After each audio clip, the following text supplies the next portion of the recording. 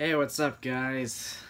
Hey guys! Hey, so we're here to do another movie review for you.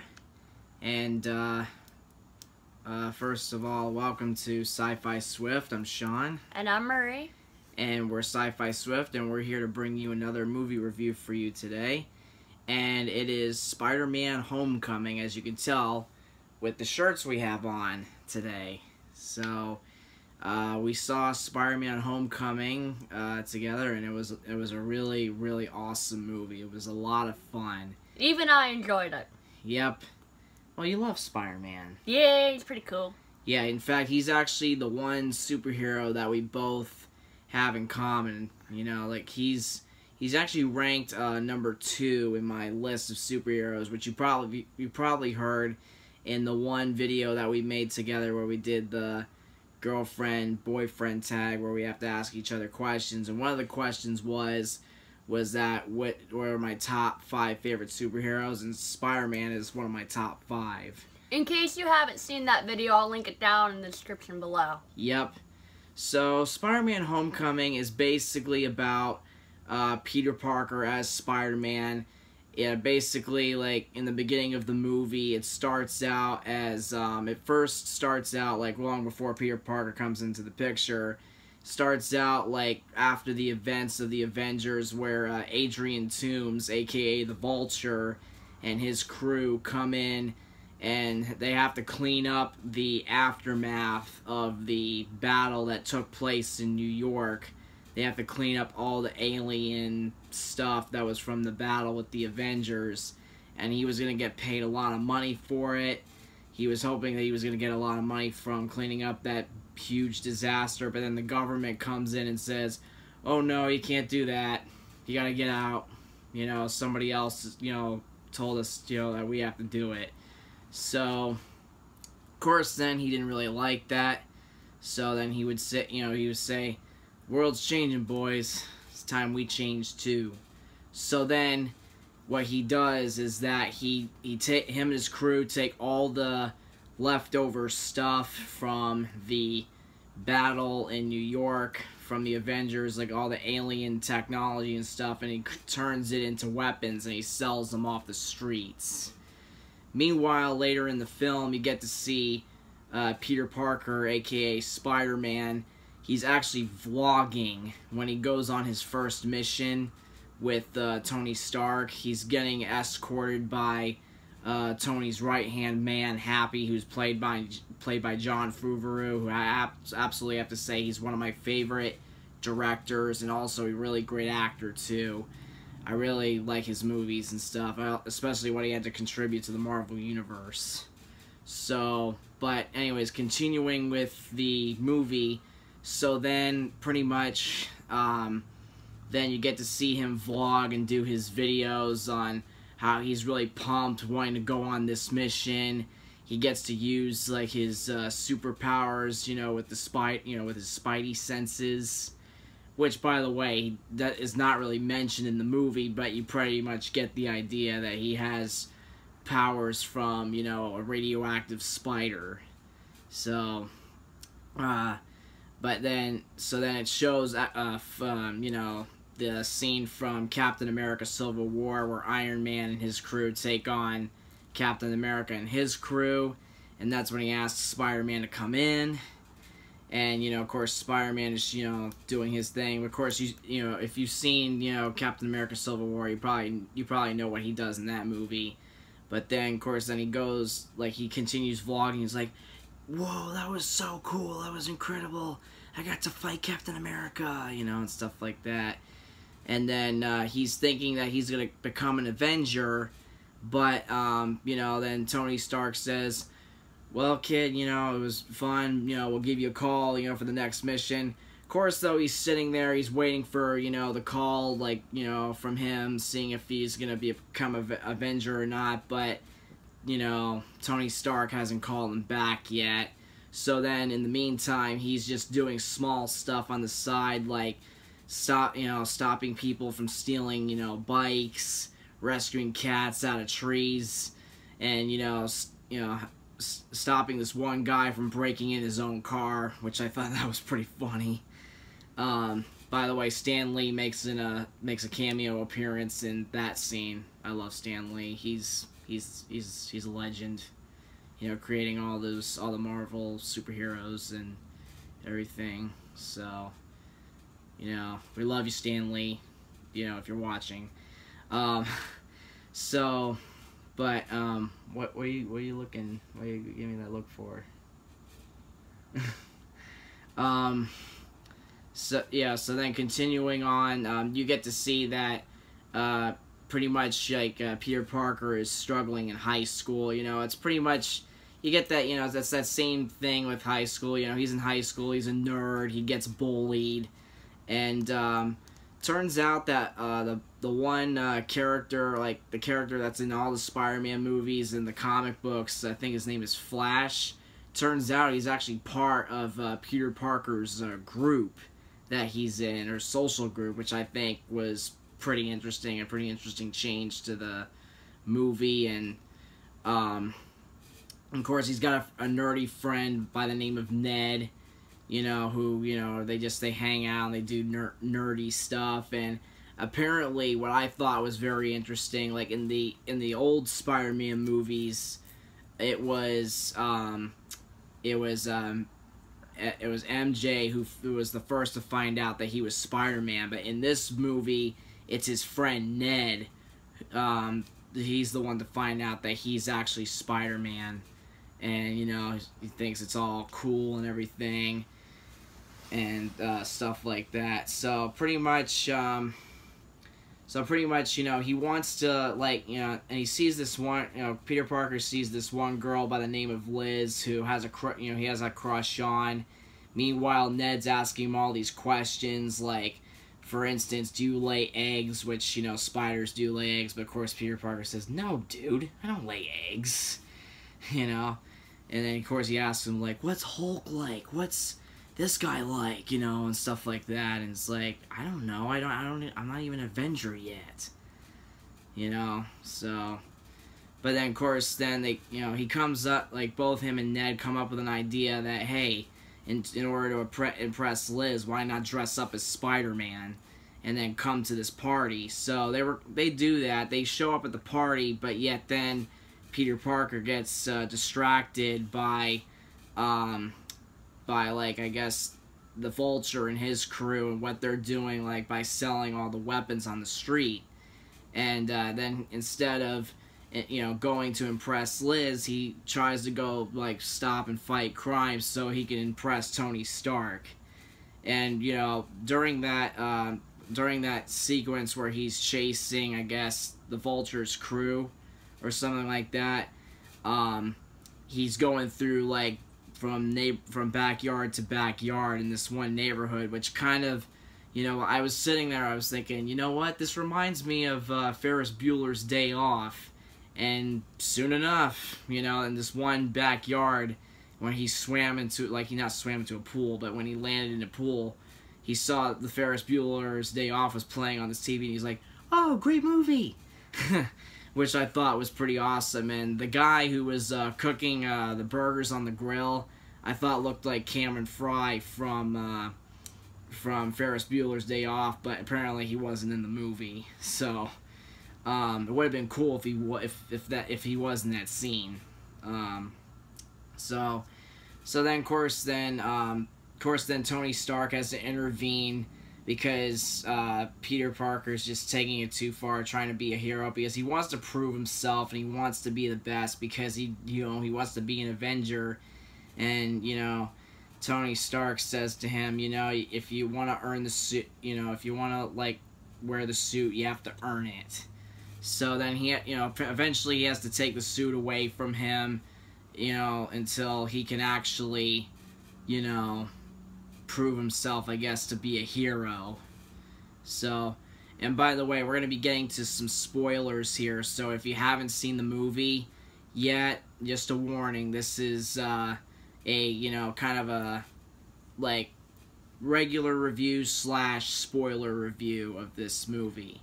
So anyways, as the film's going on, he asks Liz out to prom, you know, which obviously, Liz says yes, and then he's all happy, and he gets, ready for prom.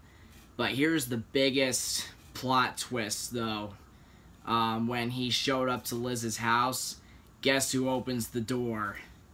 It's the Vulture himself, Adrian Toomes. Apparently, he's the father of Liz, which I didn't really expect. I was like, oh my god, when I saw that the door opened. So I really liked what they did with his character, because that's how, back in the old Spider-Man movies, they just threw the bad guy in there just to be the bad guy.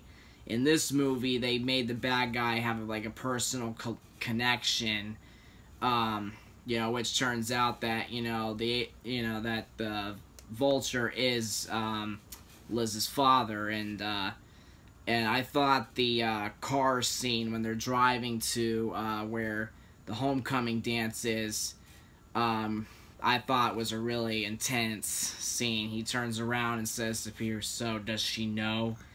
And Peter says no, and then he says, "Good. Well, if you ever try anything or get involved with my work, I'll kill you, and I'll kill anyone that you love." So, and first of all, I have to say, Michael Keaton, he did a fantastic job at playing the Vulture. And, for a while now, originally a long time ago, back when Sam Raimi was directing the Spider-Man movies, he was actually going to have the Vulture in the 4th Spider-Man movie. But, of course, we all know what happened, with Spider-Man 3 and how that movie turned out to be a flop. So, but I really thought that Michael Keaton did a really great job as the Vulture. So, there was also, other villains, apparently, that actually appeared in this movie. I think the one person's name is, I think Shockwave, or, the Shocker or something. But he was just a guy who, had a thing on the end of his hand and just shocked people, which really didn't all impress me. They could have done, better, with that character. So then instead of soon as Peter finds out that Liz is the Vulture's daughter, he can't accept going to the homecoming with her. So then instead he tries to go off and stop the Vulture from doing what he was going to be doing, by stealing more of the stuff to create the weapons that he's gonna sell off the streets. But then he goes to rob all the equipment that is going from the original Avengers Tower to the new Avengers base that's up in upstate New York. So, but then and of course the one scene where but before that, though, there's one scene between Peter Parker and the Vulture, and the Vulture's saying, you don't really get, what's out there, you're too young to understand that this is a hard world and stuff. And, of course, then he explodes, he sets off a bomb which explodes the warehouse that they were in. And you can really see, the struggle that Peter Parker has in that scene where he's trying to lift, some concrete off of him, and he's just a kid, and, of course, he is Spider-Man, but not a lot of people don't know that he's actually a man, that, he's just a kid, in high school. So then, but then eventually he gets out of the rubble from the exploded building, and then he stops the Vulture, but instead of going ahead and kill him, he just saves him, and then pretty much turns in the Vulture, and the Vulture ends up going to jail. Of course then once as the movie gets close to the end, then Tony Stark is really impressed how what he did to save all the the equipment from being stolen, and then shows him that, you know, we made you a much better suit that's more advanced, but then Peter Parker's like, nah, I'm just gonna stick with being the friendly neighborhood Spider-Man. You know, which I thought was pretty interesting because he was doing all this stuff in the movie, you know, just to prove to Tony Stark that he can be a hero and he can be part of the Avengers, but then he just, you know, just doesn't really feel ready to be part of, you know, be part of, like, the, you know, Avengers. So, overall, like, I just thought the movie was really, like, fantastic. I would have to say that this movie is probably the best Spider-Man movie I've seen, like, in 13 years. Ever since Spider-Man 2. So I'd have to agree with you on that one. Yep.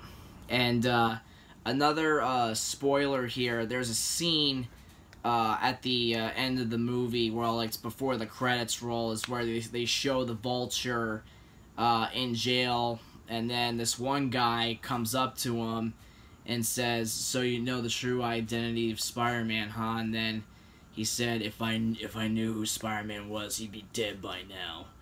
So, but then if you look closely, the guy has a tattoo of a scorpion on his neck, which probably hints that that dude is the Scorpion, which is also another villain that made a minor appearance in the film, and which kind of foreshadows that there's going to be possibly, you know, with the movie, of course the movie's obviously going to get a sequel, but it looks like the, you know, Spider-Man is going to be taking on the Sinister Six, which is 6 of, like, the different Spider-Man villains, you know, Vulture, Scorpion, Dr. Octopus, I think Green Goblin might be part of it, Rhino.